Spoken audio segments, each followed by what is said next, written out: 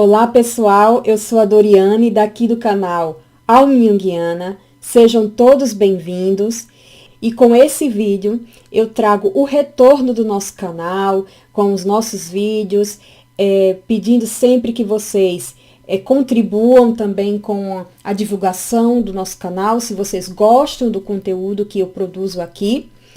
E a minha intenção é voltar aos vídeos semanais e trazendo não só estudos da psicologia de Jung, mas trazendo também reflexões que têm a ver com a clínica, com a vida prática, e trazendo também livros relacionados, sim, à psicologia analítica, mas também a estudos dos livros de Maria Louise von Franz. Bem, a pedidos das pessoas que me seguem lá no Instagram. Se vocês não me seguem, vão lá, me sigam na Alma Junguiana, né? @Alma Junguiana no Instagram. E eu pedi para as pessoas darem sugestão de conteúdo para a gente trazer, de estudo, agora, né? Recomeçando e retomando as atividades do canal Alma Junguiana. E o mais voltado foi os fundamentos da psicologia analítica de Carl Gustav Jung, ou seja, as 5 conferências de Tavistock. E para começar, eu já vou dizendo a vocês que na obra completa, neste volume, A Vida Simbólica, né, o volume 18/1, vocês vão encontrar logo no começo as 5 conferências, ou seja, os fundamentos da psicologia analítica, The Tavistock Lectures, mas nós sabemos, também eu acho que vocês sabem, que esse conteúdo, né, essas 5 conferências, tem também num livro à parte, não exatamente apenas aqui neste volume, mas também numa versão de um livro separado, eu acho que é em outra editora, não sei exatamente. Eu também quero dar um alô ao pessoal que me escuta no podcast. Esse mesmo conteúdo que eu trago para vocês aqui no canal do YouTube, o Alma Junguiana, eu transformo numa versão e que vocês podem encontrar na maioria das plataformas de podcast. Vamos lá. A princípio, eu quero falar da estrutura do nosso estudo. Bem, eu vou colocar cada vídeo falando de uma conferência. Porém, vai haver conferência que eu vou dividir em mais de um vídeo, tá? Primeiro, nós vamos fazer o seguinte. A estrutura daqui das conferências é o seguinte. Jung, ele fala mais ou menos 1 hora e depois abre para discussão, para as pessoas fazerem as perguntas, os questionamentos. E Jung responde. Por exemplo, eu vou fazer dessa forma. A primeira conferência. Primeiro, Jung vai falar. Cada conferência tem um presidente da mesa, ele faz uma introdução. Eu não vou focalizar no que o presidente da mesa diz, ele vai só mediar. Mas, quando começa a conferência, ele faz sim uma introdução. Eu vou estruturar da seguinte forma. Primeira conferência.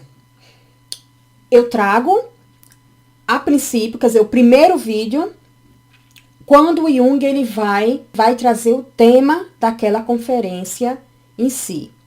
Mais um vídeo quando o Jung ele abre a discussão. Ou seja, cada conferência vai ser em torno de 2 a 3 vídeos. Tá? Então, se nós temos 5 conferências, então vai ser vários vídeos aí que eu vou trazer para vocês. Vocês tenham paciência. Quando vocês não puderem ouvir naquele momento, vocês colocam com a velocidade um pouco maior para escutar, ou então vocês vão escutar na versão podcast. Então, voltando para o nosso estudo, é importante a gente ter em mente que o Jung ele vai trazer nessas 5 conferências os principais, vamos dizer, conceitos básicos. É algo bem introdutório que ele traz aqui nessas conferências. E essas conferências, elas foram transcritas, ou seja, pessoas que estavam nessa conferência passaram a transcrever todo esse material e trazendo para uma versão de escrita, né? Então, tudo que está sendo aqui, né, que Jung ele vai trazer, a forma como ele se expressa em termos, né, de fala, e traz um pouco também dessa personalidade de Jung, que em alguns momentos vocês vão perceber que ele é muito direto, ele é bem incisivo, trazia esses conteúdos, a personalidade de Jung. E nessas conferências ele vai tratar mais especialmente da estrutura e do conteúdo da psique, né? Mais precisamente a psique inconsciente, mas a psique consciente também, e os métodos que foram utilizados na investigação desses fenômenos psíquicos. Sempre lembrando, sempre que possível, eu trago aqui para vocês para ficar bem claro que o Jung ele não parte da teoria para os fenômenos. Pelo contrário, o caminho é inverso. Ele parte dos fenômenos psíquicos e assim ele vai construindo a sua psicologia, sempre frisando que não é uma verdade absoluta, que é um estudo, né, que foi fruto desse contato com os fenômenos psíquicos, com o estudo, não só, mas com pesquisa e com material clínico. E, com isso, trazendo aí um contexto empírico, ou seja, não é de uma teoria que quer explicar os fenômenos, tá? E essa teoria ela tem que ser comprovada. Não é desta forma que Jung ele vai construir, elaborar todo o seu pensamento, né? A sua psicologia. E aqui, logo no prefácio, vocês vão entender algo bem interessante, que a pessoa que vai falar, né, que vai estruturar, né, que vai elaborar esse prefácio, eu vou colocar depois para vocês aqui ou a imagem, o nome dele, tá aqui tudo no texto, tá? Que eu aconselho vocês seguirem, né, se possível, com o texto. Bem, que o Jung ele vai falar da questão dos tipos psicológicos, mas especialmente das funções, tá? Das funções, que são as funções que é sensação, intuição, pensamento e sentimento. E que ele também vai falar desses métodos, os métodos empregados para a investigação desses fenômenos psíquicos, que é o teste de associação de palavras, em que ele vai ali entrar em contato com o que ele chamou de complexos, sempre lembrando que são os nomes, né? Mas o que importa é o fenômeno em si. Teste de associação de palavras, imaginação ativa e a análise dos sonhos. Lembrando que Jung ele não tem uma teoria de interpretação dos sonhos, de análise dos sonhos. Mas, quando ele vai falar, que vocês vão perceber nas seguintes conferências, que esse tema vai surgir a respeito do método, né? Desse método de análise dos sonhos, que tem esse olhar diferente do que Freud chamou que é a sua interpretação dos sonhos.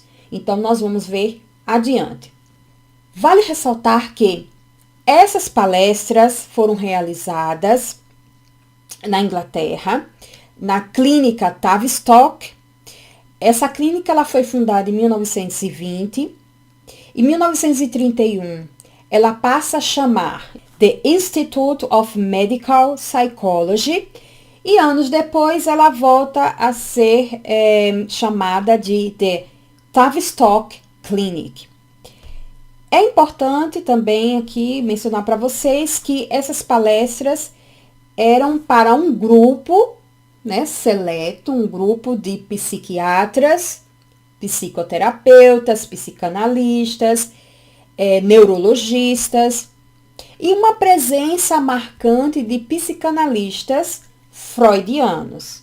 Então, vocês podem imaginar que em algumas conferências o clima não foi tão amigável, não foi um clima um pouco pesado. Mas Jung tirou isso de letra, porque ele está muito bem certo do que ele está trazendo, né, nessas conferências, e é muito importante a gente ter essa visão. Confesso a vocês que quando eu comecei a ler, algum tempo atrás, essas 5 conferências, eu me senti como tivesse nessas conferências, mas não como ouvinte, né, como essas pessoas, esse grupo seleto, mas à distância, né, observando tanto Jung falando da sua psicologia, como as pessoas que estavam lá para ouvi-lo. Há um detalhe, antes que eu esqueça. Essas palestras, né, essas conferências, elas foram realizadas em 1935 e nesta época Jung tinha 60 anos. É algo que eu fico muito bem assim surpreendida, a leveza e a firmeza que Jung tem, né, e essa segurança de falar da sua psicologia em outro idioma, né? Porque essas palestras foram realizadas na língua inglesa. E Jung não teve nenhum problema, porque ele já tinha um contato muito profundo com a língua inglesa, né, que algo que é muito comum também na Suíça. Mas nessa época, porque ele tinha muitos pacientes americanos, ingleses, ele já tinha realizado uma palestra também nos Estados Unidos, junto com Freud, na Universidade de Clark.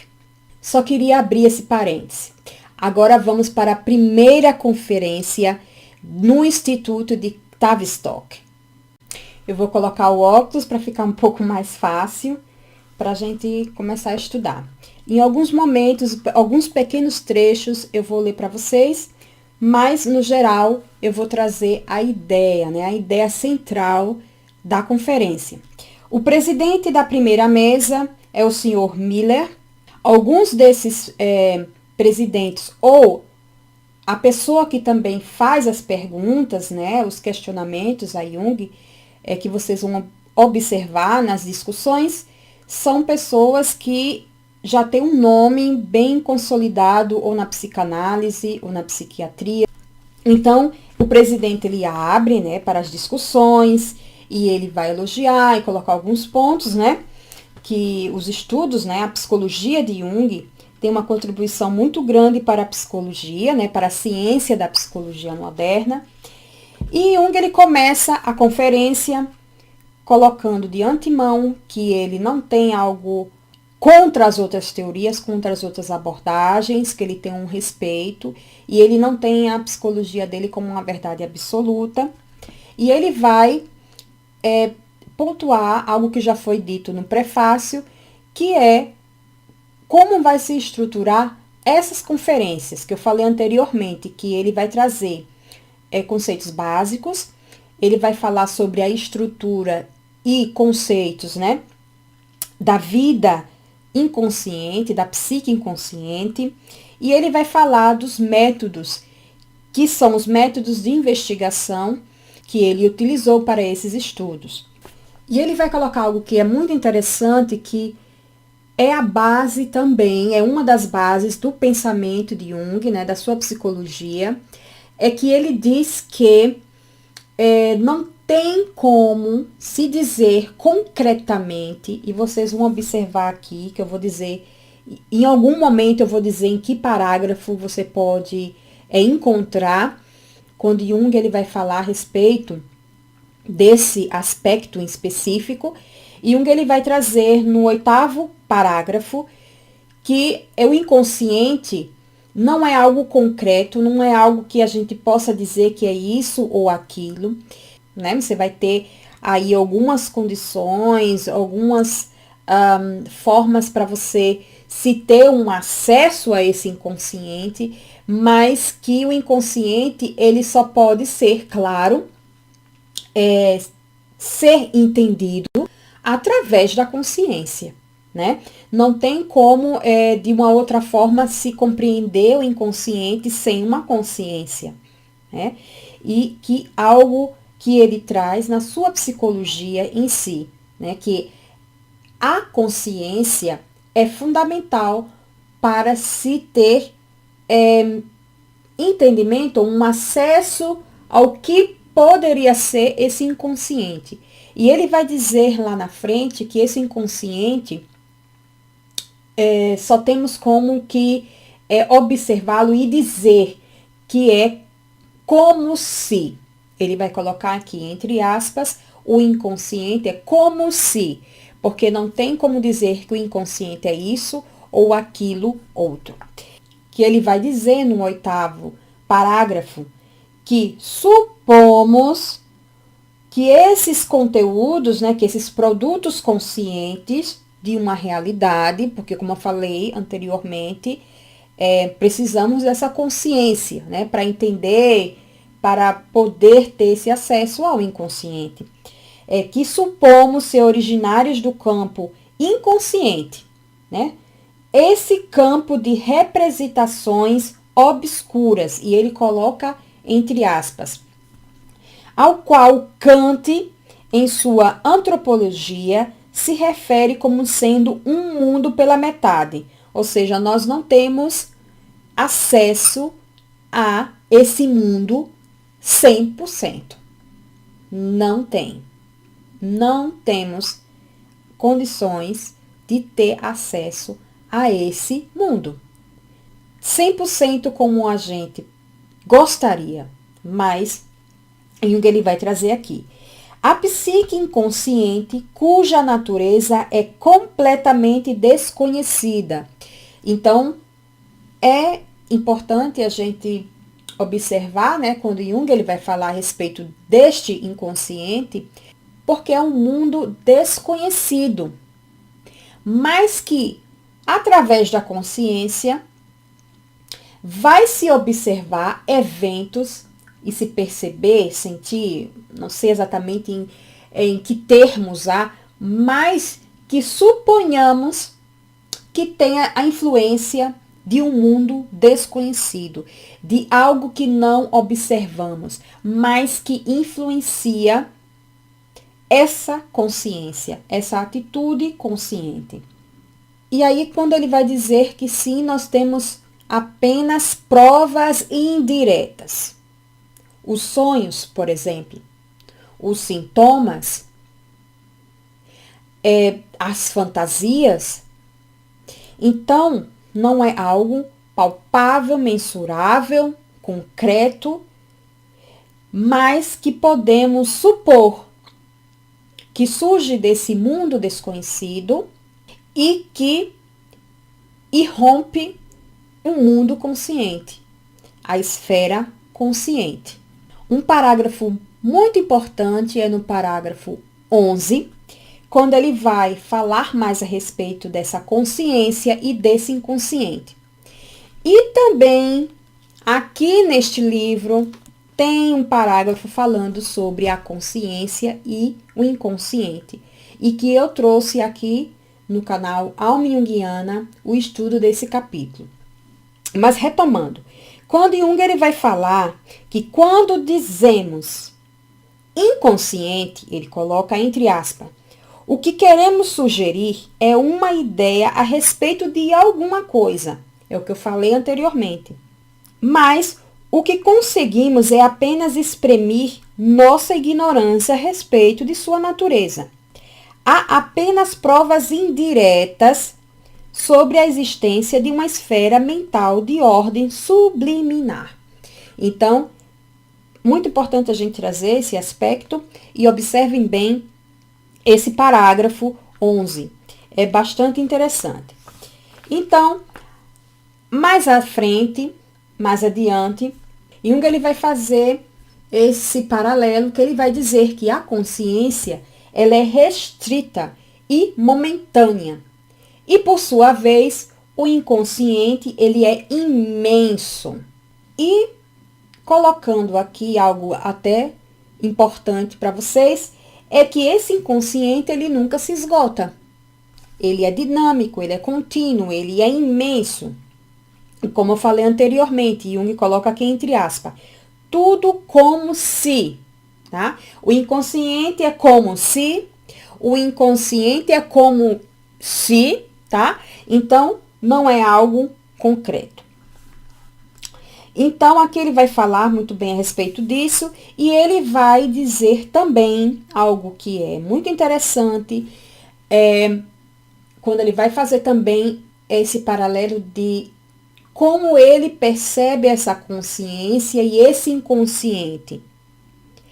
E com esse olhar freudiano. Freud, ele já vai ver de uma outra maneira, ele vai dizer que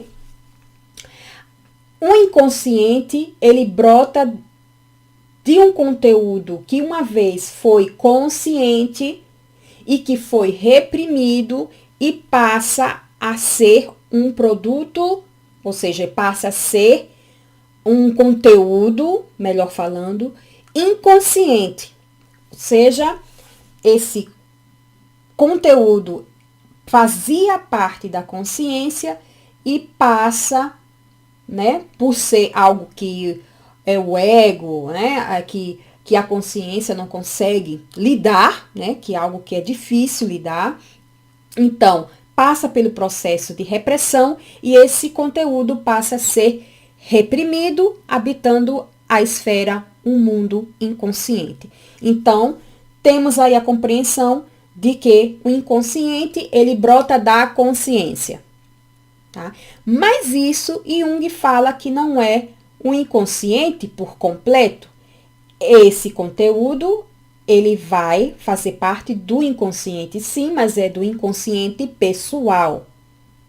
Mas que Jung, ele vai além, né, desta confirmação, dessa afirmação freudiana, que ele vai dizer que é o contrário. O inconsciente, ele não surge da consciência, ele, pelo contrário, a consciência, ela surge a partir de um mundo inconsciente. E isso a gente vai ver em outros livros, em outras obras de Jung. E o que me vem à mente como é o desenvolvimento da personalidade. Eu acho que é esse livro. Quando o Jung, ele vai dizer que um bebezinho, quando ele vem ao mundo, ele não tem consciência. Ele está imerso neste mundo inconsciente. O seu eu não é ainda estruturado. E para começar a se estruturar, precisa ir de um caminho para o desenvolvimento desta personalidade, o desenvolvimento desse ego que brota a partir de um mundo inconsciente. Então, Jung, ele vai dizer que é o contrário. Sim, existem conteúdos que podem ser ao longo da vida do indivíduo, né, conteúdos aí pessoais, que podem ser reprimidos e habitarem a esfera do inconsciente, que são conteúdos pessoais que vão ali formar o que Jung chamou de inconsciente pessoal. Mas a origem do inconsciente não vem da consciência. A partir do momento que nós brotamos para a vida, nós temos apenas este mundo inconsciente. E que a consciência vai brotar a partir deste mundo obscuro, desconhecido. E aí ele vai colocar muito bem, vocês vão observar, no finalzinho do parágrafo 14 e o comecinho do parágrafo 15. E ele vai colocar algo também bem interessante, que ele vai dizer que algumas tribos, né, que ele vai colocar aqui, que são índios do pueblo, porque Jung, ele fez, sim, essas viagens com esse intuito de conhecer o olhar de outros povos, que ele entenda, que ele possa entender quem é esse homem ocidental e branco. Mas para isso, ele tem que sair, ou pelo menos é uma tentativa, né, de entender através de outro olhar, que é o olhar do que ele chama aqui, que são os povos primitivos, e fazendo uma ressalva que quando Jung, ele fala desse primitivo, ele não está falando de algo que é pejorativo, que é menor, ou que não tenha o conhecimento e que é subdesenvolvido, e que o homem branco ocidental é o desenvolvido. Pelo contrário, ele está falando dessa psicologia primitiva que é desses povos que estão mais próximos da origem, do primário, do original, algo único, né? Primeiro. Então, ele vai estar sempre em outras obras também falando a respeito dessa psicologia do primitivo. Porque Jung ele vai dizer que quando ele teve contato, que ele teve experiência, né? Agora imagine ele falando isso na conferência, né? Falando para médicos, psiquiatras, né? Doutores, psicoterapeutas renomados, com nomes, né? Aí bem marcante na ciência. E ele vai dizer que esses povos têm muito a nos ensinar. Tem muito a nos mostrar quem é esse homem branco. Nós não somos o centro do mundo, não somos donos de uma verdade absoluta. E ele, quando ele traz, né, faz esse paralelo, ele está sempre dizendo que esse povo, né, ele coloca aqui um exemplo, vocês vão ver no parágrafo 16, quando ele vai dizer que ele pergunta, né, ao chefe dessa comunidade, dessa tribo, por que que eles têm determinados comportamentos, como é que eles percebem. Jung tenta, né, entender ali, e ele vai dizer que quando eles vão falar a respeito desse pensamento, como é que eles pensam, o chefe da tribo ele vai dizer, nós pensamos com o coração. E Jung ele percebe ali que, não, mas um homem branco, ele pensa com a cabeça.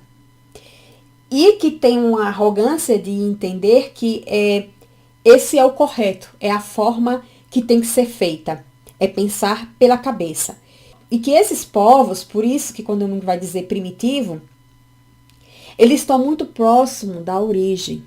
Imagine, são povos que não são desvinculados da natureza. Eles não têm uma separação com a natureza. Eles sentem.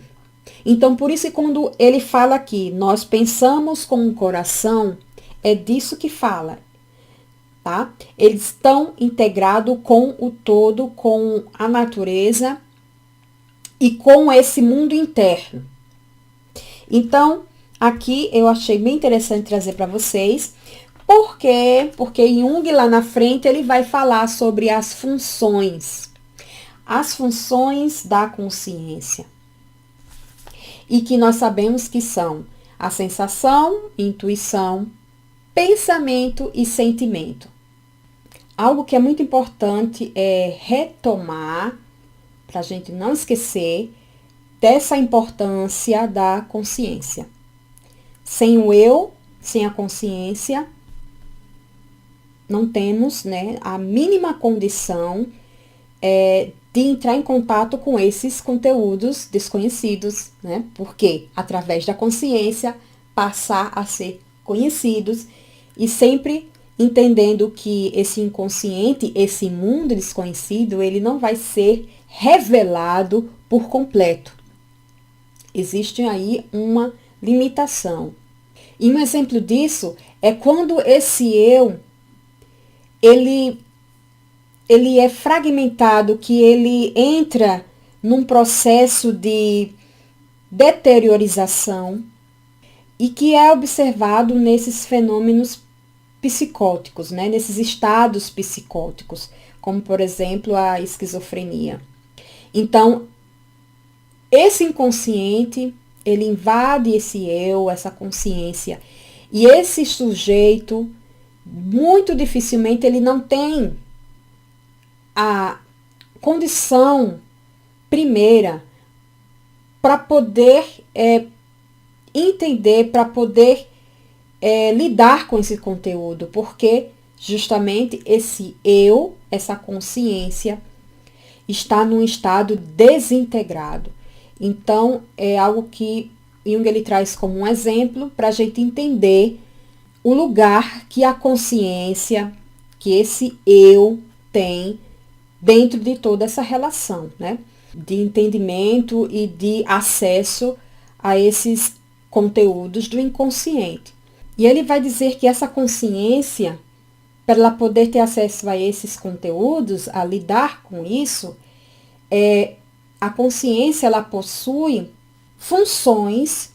E Jung ele vai falar dessas funções, ele vai dividir, mas ele vai dividir, vocês percebam que é algo apenas de forma didática para que possa entender aí o fenômeno, tá? Mas não ficam aí preso ao nome das coisas. É entender mais o que está por trás, que está como pano de fundo, e entender um pouco o fenômeno.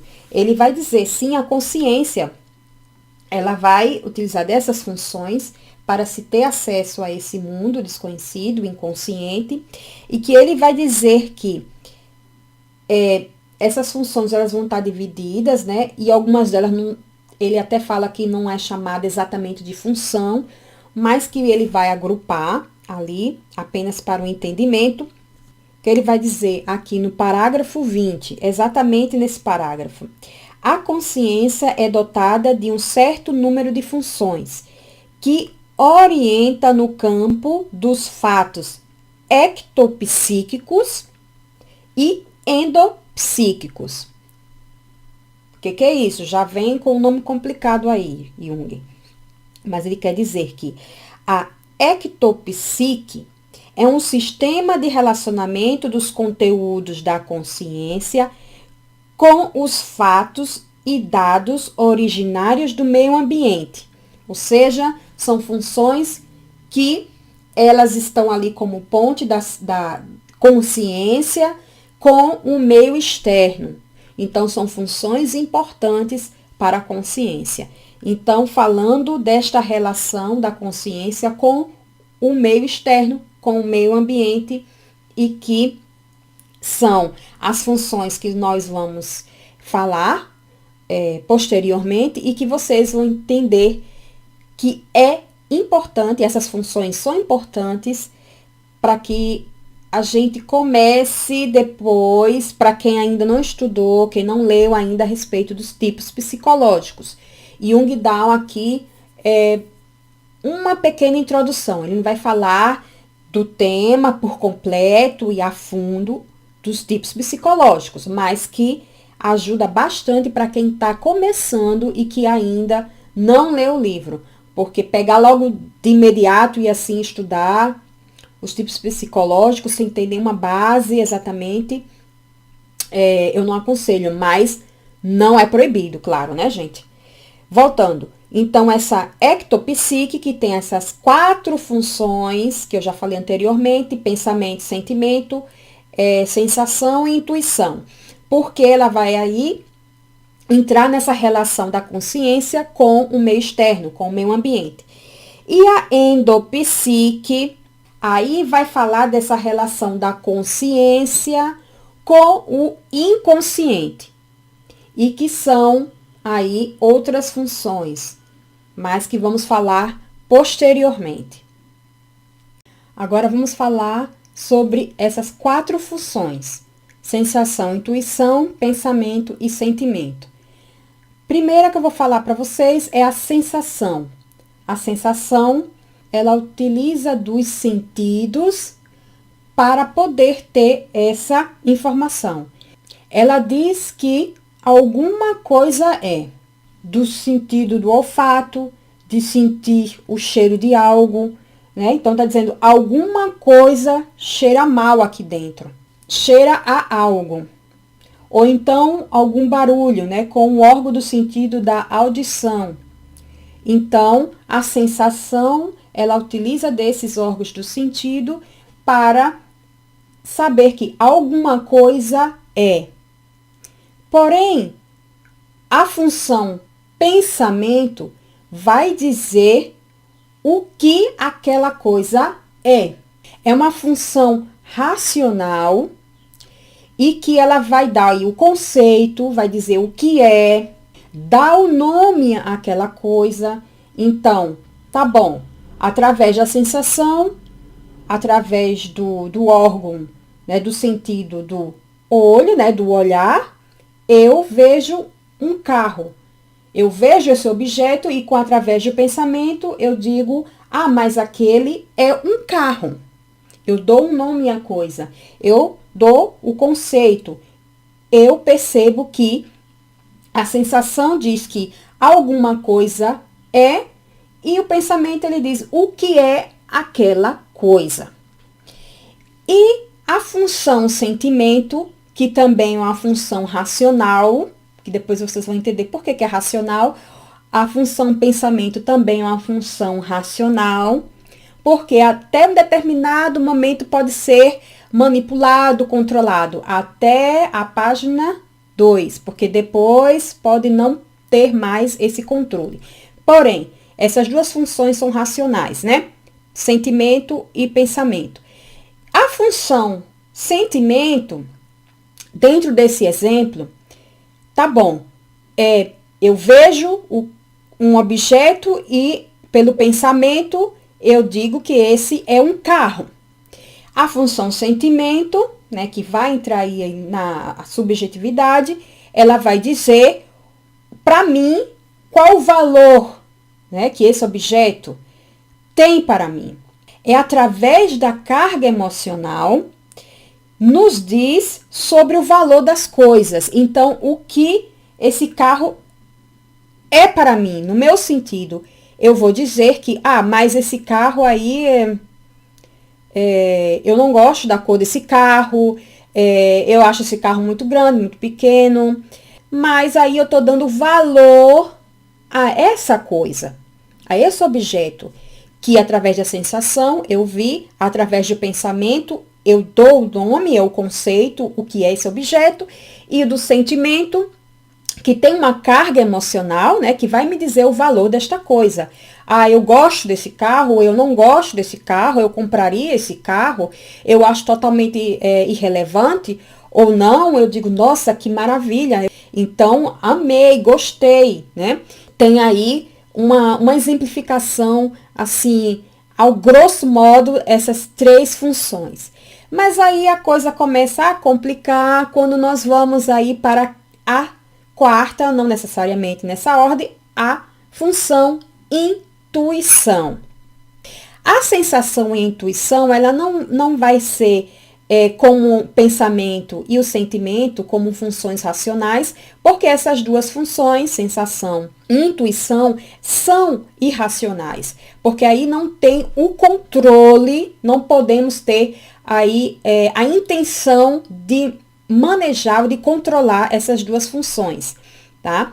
Então, a intuição, ela é um pouco mais a fundo, porque ela vai falar de algo que não é concreto, que não é mensurável, que é difícil de nomear, o indivíduo não sabe de onde vem, de onde vai, mas ela vai falar também desse tempo. Jung ele vai colocar esse ponto, né? Quando ele vai falar da intuição. Vocês vão ver aqui a respeito dessa função no parágrafo 24, que pode-se acreditar que a visão do mundo se complete ao saber que as funções são o que são e qual o valor a elas atribuído. É aqui quando ele está falando da sensação, pensamento e sentimento. Há, entretanto, uma outra categoria, o tempo. Tudo tem um passado, um futuro, tudo procede de um lugar e se caminha para outro.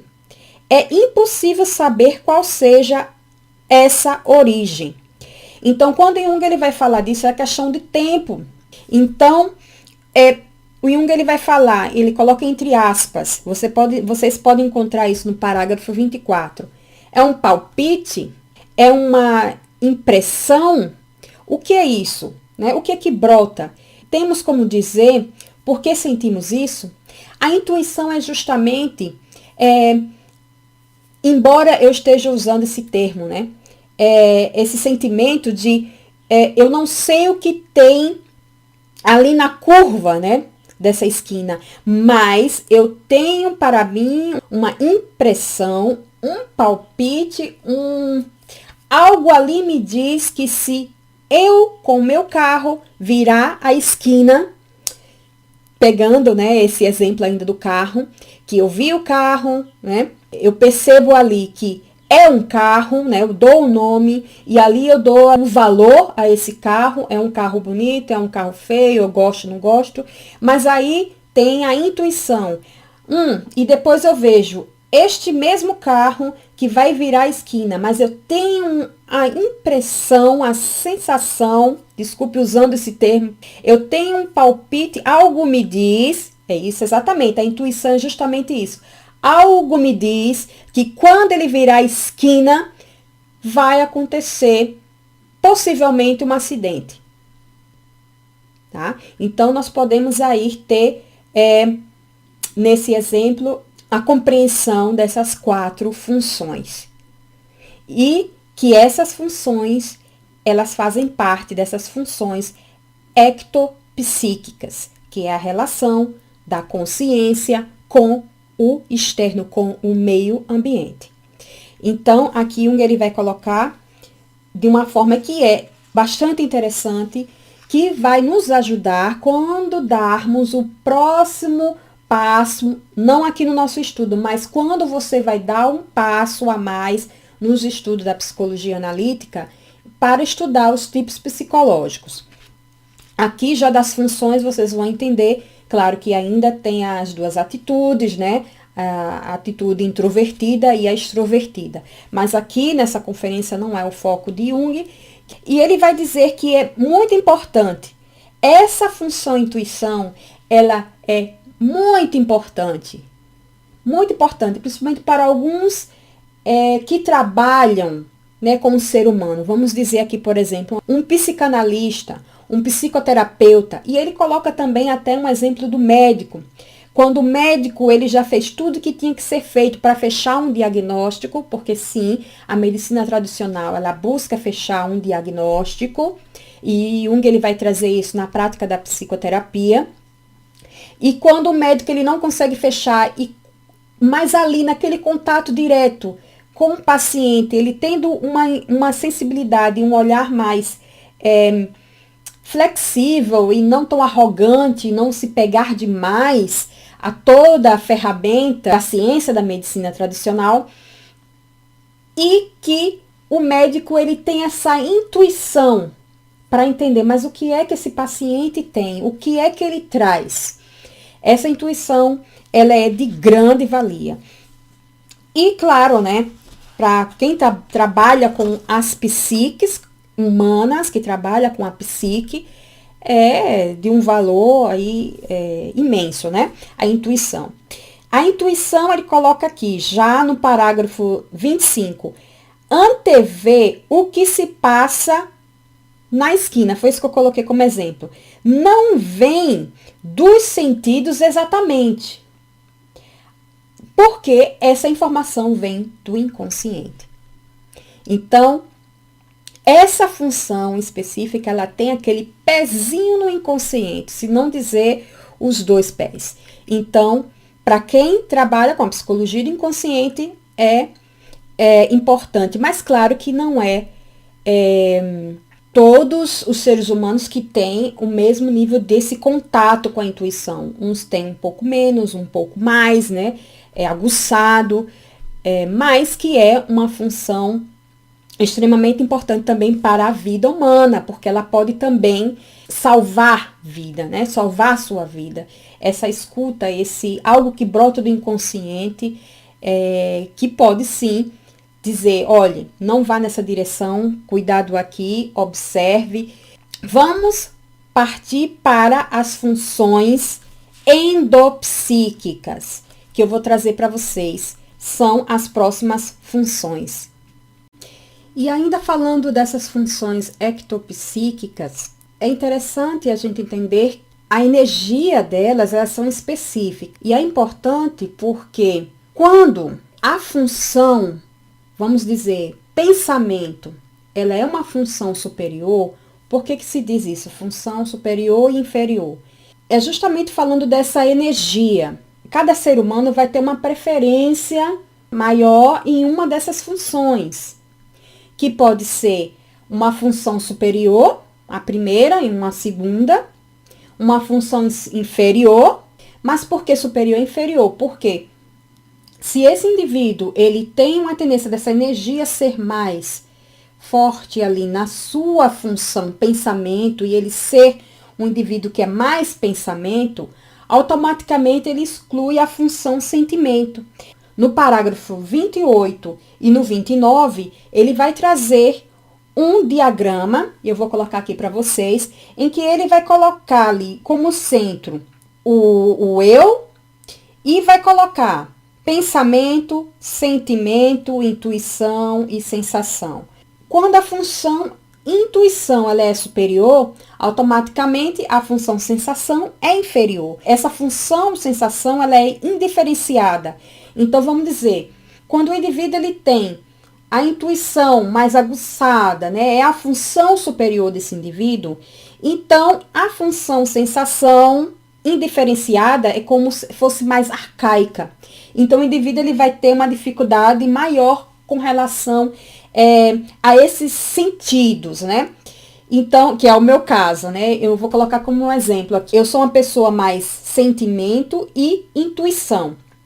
Então, essas duas funções são mais aguçadas se for comparar com a função pensamento e sensação. Então, sensação, eu sou uma pessoa que é atrapalhada, tá? Então, muitas vezes eu falo aqui pro meu esposo que eu não sei como é que eu dirijo.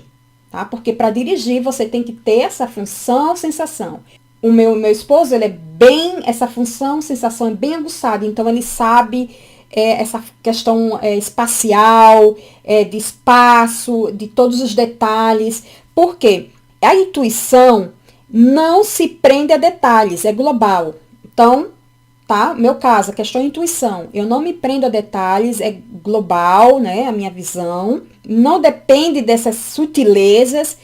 E já a sensação, ela vê esses fatos, né, da realidade imediata, se prende aos detalhes, sabe? Então, se eu caminhar com meu esposo, que é um exemplo, né, de sensação superior e intuição superior. Então, se nós formos caminhar numa estrada, numa rua, então vai ter uma série de informações, né?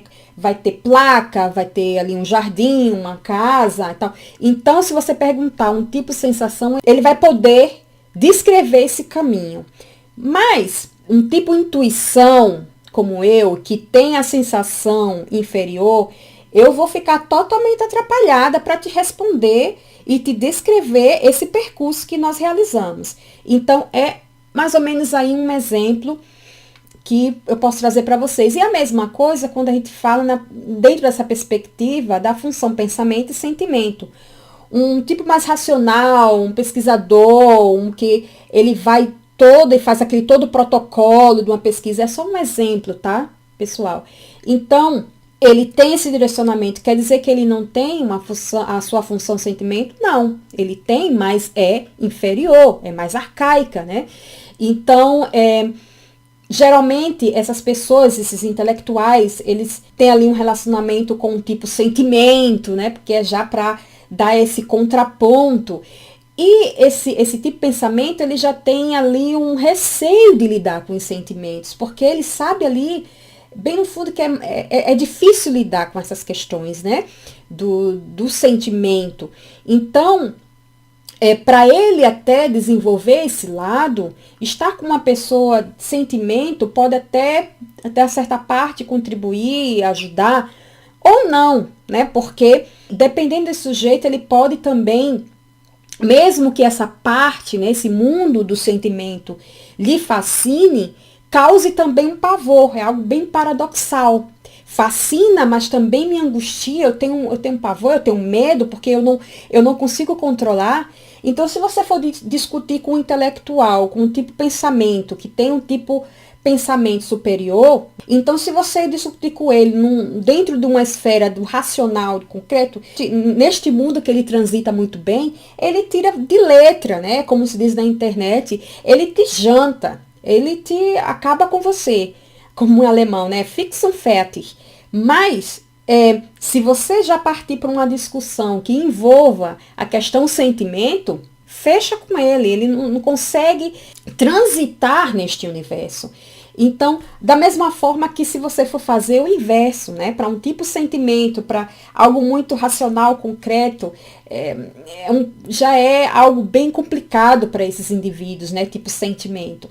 Então, é brilhante aqui como Jung ele traz, te dá um pouco assim, é algo bem básico para começar a dar aí os primeiros passos para estudar os tipos psicológicos. Com esse diagrama, que ele vai dizer função superior, função inferior, uma exclui a outra, né? Cada um tem uma energia específica, não se pode ter ao mesmo tempo ali aquelas duas, né? Tipo como pensamento e sentimento, é bem complicado isso. Agora vamos falar especificamente deste mundo endopsíquico. Vamos sair agora do ectopsíquico, que nós estamos falando, que eu falei para vocês dessas funções, né, da consciência, de se relacionar com o meio externo. Agora vamos para a consciência e a sua relação com o inconsciente, em que Jung ele vai trazer aqui neste livro um outro diagrama. Vocês vão encontrar no parágrafo 38, entre o parágrafo 37 e 38, ele vai começar a falar desse componente, né, da endopsique. E neste diagrama, ele vai colocar, eu vou colocar aqui para vocês, que esse o A, B, C e D. No limite do A para o A, seria esse limiar, né, da consciência com o mundo desconhecido, né, com esse mundo das sombras. E o B seria justamente essa área que ela é dominada por essas funções que eu acabei de falar para vocês. O C seria justamente esse eu obscuro, esse mundo desconhecido, né, seria esse inconsciente, o mundo das sombras. E o D seria justamente essa área que ela é regida pela consciência, né, por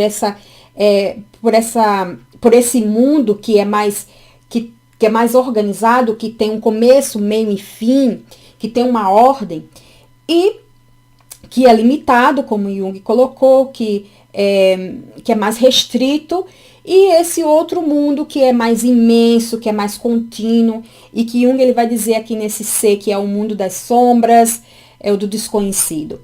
Então, nesse diagrama, vocês podem perceber muito bem isso aqui, ilustrado, que Jung vai começar a falar desses outros componentes da endopsique.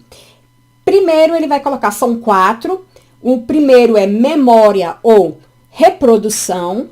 Segundo, é os componentes subjetivos das funções conscientes. Terceiro, funções e afetos. E o quarto, a invasão, né, do inconsciente.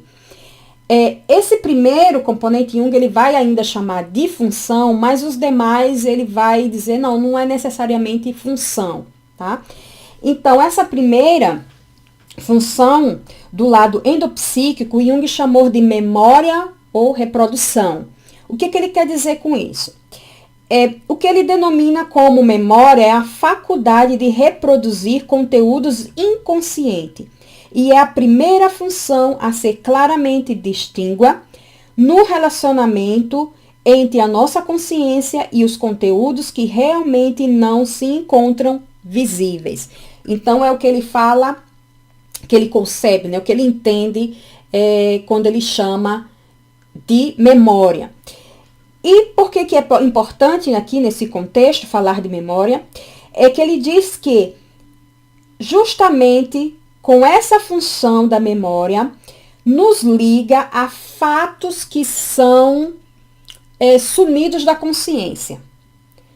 Eu acho que podemos falar assim, então, desses conteúdos reprimidos. Então, eles foram reprimidos, eram uma vez conscientes, reprimidos, né? Então, conteúdos inconscientes. E como é que podemos aí reproduzir ou ter acesso a esses conteúdos?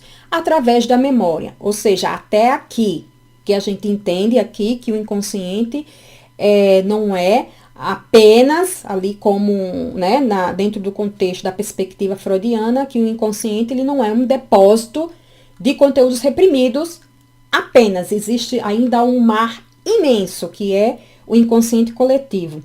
Mas aqui, até então, dentro desse contexto, a memória ela teria essa função de ligar esses fatos reprimidos, né, que foram sumidos da consciência, aos dados que se tornam, ou então esses dados que se tornaram reprimidos, subliminares, né, que foram expulsos da consciência. Então, eles vão fazer essa ligação para que reproduza na consciência, que a consciência tenha uma ligação com esses conteúdos. Então, através da memória. A segunda, né, o segundo componente, Jung ele não vai chamar necessariamente de função, é quando ele vai falar desses componentes subjetivos das funções conscientes. Aqui é um pouco mais complicado para entender. Jung ele vai colocar um exemplo assim. Vocês vão encontrar isso no parágrafo 40. É porque toda aplicação de uma função consciente, trate ela de qualquer objeto, nós falamos daquelas outras funções, né, conscientes, é sempre acompanhada de reações subjetivas, mais ou menos inadmissíveis, injustas ou imperfeitas. Estamos dolorosamente conscientes de que tais coisas se desenrolam em nós, mas ninguém admite com facilidade estar sujeito a tais fenômenos. O que Jung quer dizer com isso?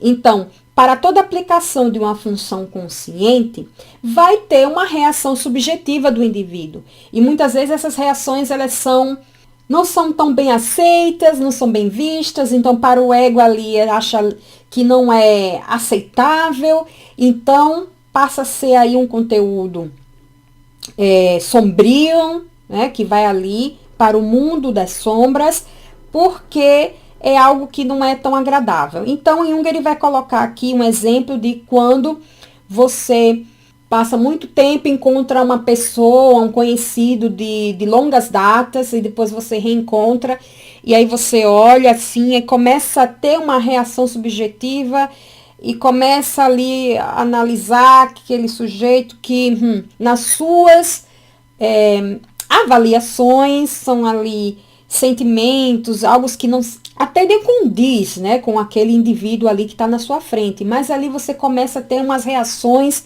que são suas, são subjetivas, é por isso que tem o nome aqui, subjetivas, brota de você mesmo e que não são assim aceitáveis. Jung coloca muito bem aqui, são injustas, né?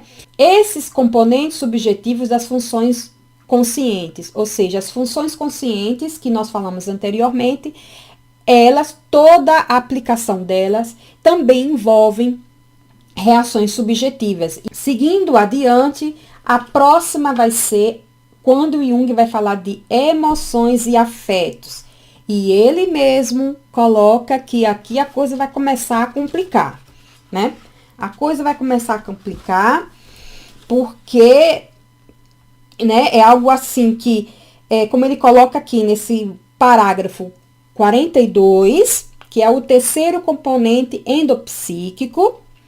Agora, então, o quadro começa a piorar, pois chegou a vez das emoções e dos afetos. Logicamente, não se trata mais de funções, mas sim de acontecimentos, pois uma emoção, como a própria palavra o sugere, somos empurrados, expulsos.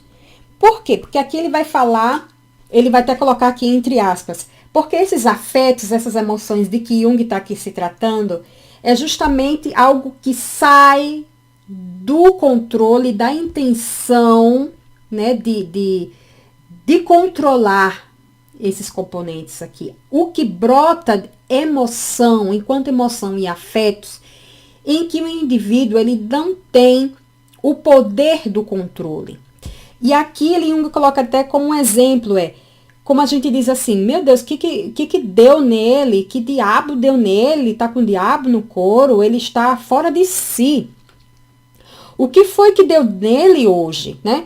Então, é como se como se o indivíduo fosse possuído por algo que fosse fora dele. Ou seja, quando a gente diz assim, está possuído pelo demônio, ou está possuído pelo espírito, o que é isso? É como se fosse algo que fosse fora dele, mas não está fora dele, né? Mas que ele perde ali totalmente o controle de si. Tornamo-nos irreconhecíveis e o nosso autocontrole desce praticamente a zero. Então, aqui Jung está sendo pontual, claríssimo. Agora nós vamos falar sobre o quarto fator endopsíquico, que é a questão da invasão do inconsciente. Esse lado obscuro, o inconsciente, ele vai ter esse domínio completo e pode irromper na consciência. Então, a coisa aqui já chega no ápice. Mas tais momentos não devem necessariamente ser classificados como patológicos. São estados indesejáveis, é claro, né? Porque nós vivemos uma sociedade, vivemos com o outro, né? Temos que ter uma certa ali condição, né? E que o outro vê e diz, meu Deus, né? Você está num estado de loucura. Então, mas Jung, ele quer dizer que é algo que é humano. Isso pode acontecer, tá? E que não é necessariamente patológico. Este fato pode ocorrer em qualquer ser humano. Patológico passa a ser quando é algo muito frequente e habitual e que pode ser visto muito em indivíduos neuróticos. Jung coloca muito bem isso. E mais uma vez, Jung coloca que não é necessariamente patológico, mas que é um estado indesejável, né? Jung, ele é brilhante aqui na primeira conferência, até então ele tá bem light, né? Mas aí, para fechar, Jung, ele vai dizer nesse último parágrafo, que é no parágrafo 43, ou seja, nesse último parágrafo, antes da discussão, ele vai dizer, lá embaixo vocês vão ver, apresentar emoções dominadoras não é em si patológico. É apenas indesejável, né? Não devemos atribuir o termo patológico a uma coisa apenas por ela ser indesejável, porque há no mundo muitas coisas desagradáveis que não são patológicas, como, por exemplo, os cobradores de impostos. Que ele foi bem irônico, né? E assim ele fecha, né, o que ele vai trazer na primeira conferência. Posteriormente vai vir a discussão, através da mediação do presidente da mesa. As pessoas que estão, né, presentes, muitos deles, como eu falei anteriormente, um grupo de profissionais, vão começar a trazer questionamentos para o Jung. Então, o próximo vídeo vai ser a respeito destas questões, destes questionamentos, as perguntas que vão ser feitas para Jung nessa primeira conferência. Então, a gente se vê no próximo vídeo. Um forte abraço para vocês e obrigada por ter permanecido até o final do vídeo. Ou por ter escutado até o fim o nosso podcast, Alma Junguiana. Um forte abraço e até a próxima semana. Tchau!